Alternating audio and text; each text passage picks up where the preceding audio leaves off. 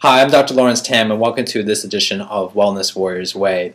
I've been up well past midnight for the last, probably 3 weeks watching the Tour de France. And I'm up anyways. I'm just working away, and in the background I'm watching the Tour de France. I'm getting some inspiration as the weeks go on. It's amazing to watch Cadel Evans, fellow Australian, to finally win the Tour de France, the first Australian to ever do that. And it's been amazing to watch the strategy goes behind a bike race. But I want to talk about Cadel Evans because I think there's 3 fundamental lessons that I learned from Cadel, and I think they're exact parallel to what we talk about in the Wellness Warriors Way, which is preparation, positioning, and promotion. So let's talk about that in the next 3 minutes.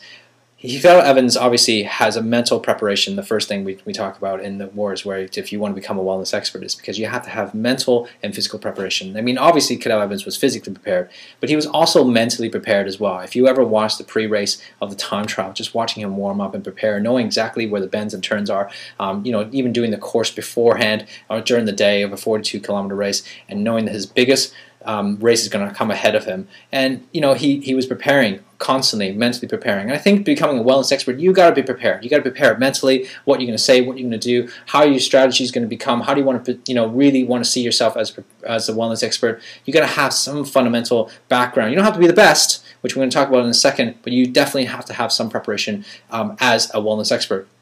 And the second thing is positioning. Now, Cadel Evans didn't have the yellow jersey throughout the whole entire Tour de France, right? Until the very last day.